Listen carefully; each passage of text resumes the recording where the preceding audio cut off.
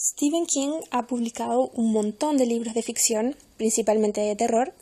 Sin embargo, también ha publicado un par de libros que no corresponden al género de ficción. Y entre estos libros está Mientras escribo, que fue un libro que publicó en el año 2000, un poco después de que hubo tenido ese accidente que casi lo mata. Y el libro es un libro bastante corto y fácil de leer. Tiene alrededor de 290 páginas, quizás un poquito menos, depende de la edición. Y se lee muy rápido, porque está muy bien escrito, es muy conciso, no divaga, sino que va directo a los puntos que el autor quiere tratar. Y con respecto al contenido del libro, bueno, el libro está dividido principalmente, digámoslo, en tres partes, ¿verdad? La primera parte, el autor se dedica principalmente a describir un poco sus orígenes. Es una mini biografía de Stephen King. Entonces él habla de su familia, que era una familia donde el papá no estaba solamente la mamá, él y su hermano, eran ellos tres. Y cuenta un poco que fue criado principalmente por unos familiares, porque la mamá trabajaba más que nada y tenía una buena relación con su hermano, que era mayor que él y que era muy inteligente. Y siempre estaba creando, proyectos o juegos en los que Stephen King obviamente salía más perjudicado por ser el menor. Y se refiere también al montón de nanas que tenían que lo cuidaban, porque se iban rotando, no duraban mucho.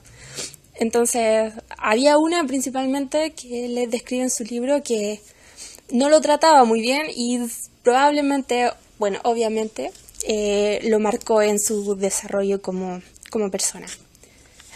Y bueno, la biografía después se desenvuelve principalmente en lo referente a la escritura. Describe sus orígenes, cómo empezó a escribir, cómo escribía sus historietas, por ejemplo, y las vendía en la escuela. Y la escuela, que era una escuela metodista, obviamente a los profesores no les gustaba. Entonces confiscaban estas historietas que los compañeros compraban. De hecho, él se enorgullece de contar que era capaz de vender sus historietas a sus compañeros y sus compañeros las compraban y le iba bastante bien. Pero a sus profesores obviamente no les gustaba. Y le decían, y algo que a él lo dejó marcado también, le decían: ¿cómo es posible que malgastes tu talento escribiendo esta porquería, esta estupidez? Y bueno, así después siguió escribiendo. Y principalmente leyendo, consumía muchos libros, mucho cine. Eso es algo que él hacía bastante de pequeño y que lo influenció mucho. Veía mucho cine de todo tipo. Y principalmente escribía, mandaba estas historietas a las editoriales y las editoriales lo rechazaban. Y lo que me llamó la atención es que le mandaban típico una nota de rechazo. Y él todas estas notitas de rechazo las tomaba y las iba pegando en su pared con un alfiler, con un clavito. Y las iba ahí coleccionando. Y él, cada vez que le llegaba una nota de rechazo con algún contenido extra, por ejemplo, muy bien, sigue adelante, o cualquier frase pequeñita,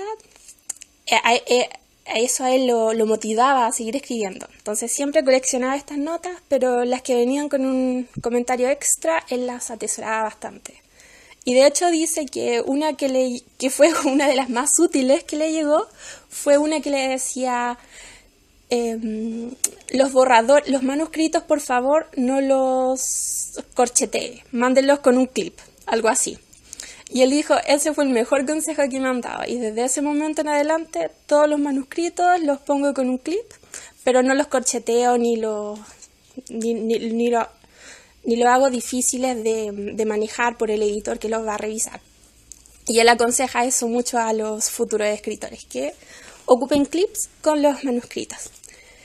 Y también habían unas notas que se referían a la longitud de los textos. Le decían, por favor, no por favor, le decía, había como una fórmula que venía en una nota de rechazo que le decía que tuvieran más que nada ojo con la longitud de los textos, que omitiera las partes que no eran necesarias ni interesantes.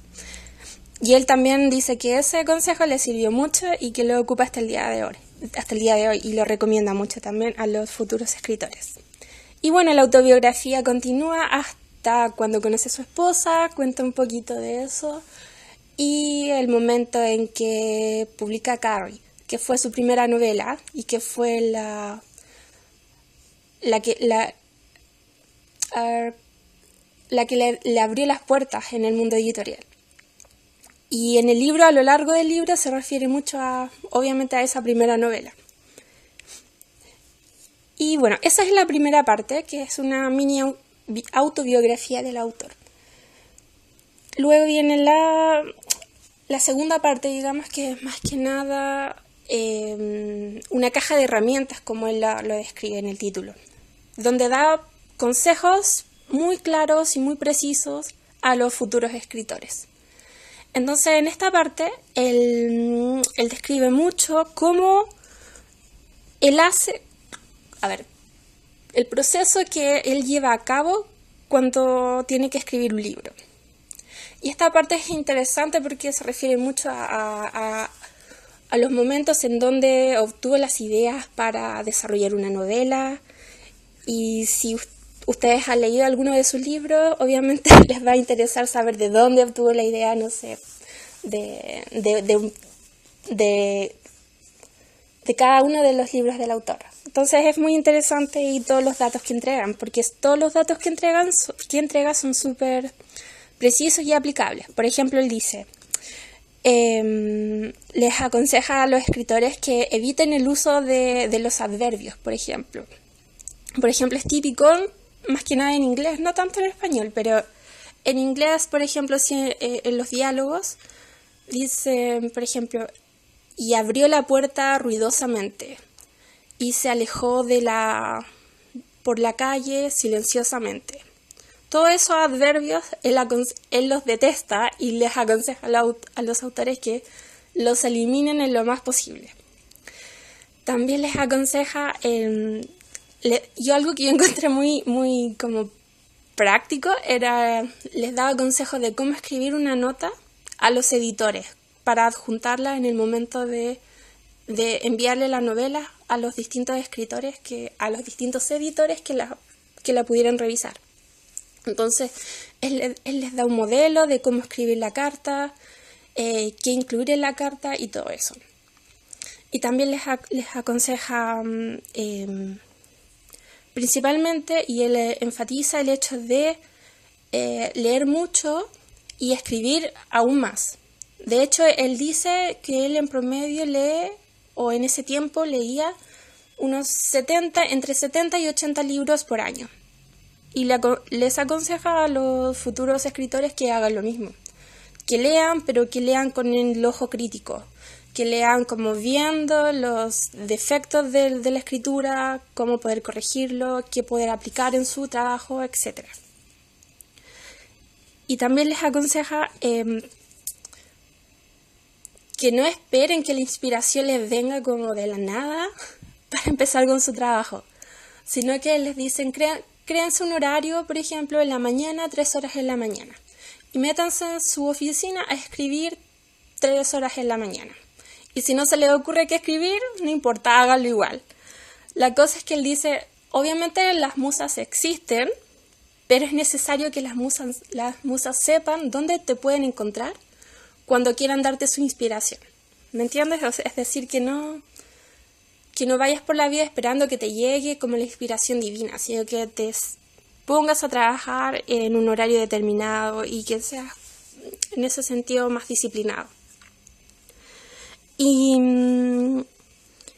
bueno, da un montón de consejos más, e incluso algo que yo encontré muy útil, incorpora una de sus historietas, les incorpora primero el texto, el borrador, con todos los errores de escritura que puede tener un texto manuscrito en crudo, digámoslo así. Y después en la segunda parte incorpora el mismo texto, pero con todas las ediciones. Y él va explicando cada una de las ediciones y correcciones que tuvo el texto, como para que el futuro escritor se haga una idea de por qué cambió esto y por qué incorporó esto otro, qué sé yo. Entonces, en ese sentido, él es muy honesto en relatar la forma en que escribe y todos los posibles consejos que cree que puedan ser útiles para las personas que lo siguen y que quieran escribir como él. Y también aconseja el tema de la extensión de los textos. De hecho, él decía que lo más difícil para él era cuando escribía la novela y después la pasaba, por ejemplo, a su esposa, que es como su principal soporte. Él se refiere a ella como su principal apoyo. Y cuando la esposa le hacía las correcciones y le recomendaba que quitara cosas, y él decía, al principio se resiste, obviamente, porque son cosas que para él tienen algún significado en la novela, pero él dice, no, en realidad es verdad, porque si no va a añadir nada a la novela y solamente van a aburrir al lector y van a hacer solamente relleno, es mejor sacarlo. Y él le aconseja eso también a los escritores, que escriban su novela, después la dejen reposar un rato, es decir, que esperen como un par de meses y después la lean de nuevo. Y que en esa segunda lectura empiecen a borrar todo lo que crean que no corresponde con la historia o que sea innecesario. Y algo que yo encontré muy interesante es que él decía que cuando él escribe, él no tiene toda la novela planeada en su cabeza, no tiene, por ejemplo, el principio, desarrollo y final, sino que para él tiene como, claro, un esquema más o menos y empieza a escribir. Y a medida que va escribiendo la historia, él dice que los personajes van cobrando vida. Es un proceso que él describe como maravilloso, pero al mismo tiempo es un poco aterrador. Entonces los personajes van cobrando vida y ahí él va sabiendo como por intuición por dónde tiene que ir la historia, qué tiene que hacer cada uno y todo eso. Y así es como él completa su novela. Obviamente después en el momento de edición hay cosas que va acomodando, cambiando para hacerla más compacta, pero principalmente él no tiene todo planeado desde principio a fin. De hecho, hay algunos libros que él escribió así, pero que no quedó muy satisfecho con el resultado. Pero principalmente no. Él empieza a escribir y poco a poco va conectando las ideas que se le van ocurriendo, gracias al desarrollo de los personajes que se va produciendo por naturaleza. Y después, en una tercera parte, Stephen King se refiere más que nada al accidente que tuvo a fines del 99, creo que fue, donde fue un accidente súper severo y de verdad lo afectó mucho, lo impactó mucho en su vida. Bueno, obviamente. Entonces él se refiere a este accidente, cuenta un poco cómo fue, cómo lo afectaba en su vida, y él se refiere a que, a pesar de que estaba como convaleciente, él siguió escribiendo igual. Y en ese sentido su esposa lo apoyó mucho. Lo apoyó, le creó un lugarcito en la casa para que escribiera, porque como no se podía sentar, como que le dolía la cadera, que se le había roto, se le rompió la pierna también. Fue muy grave. Y en la parte final él se refiere al tema del accidente, obviamente. Y lo más... lo que a mí me gusta más es que al final incluyó una lista de todos los libros que él había leído en los últimos 4 años. Es decir, entre el 96 y el 2000 más o menos, que fue cuando el libro se publicó. Y los autores son principalmente americanos. Y me llamó mucho la atención que estaba Harry Potter. Habían como 4 libros de Harry Potter en la lista que yo vi. Y y así es como el libro termina.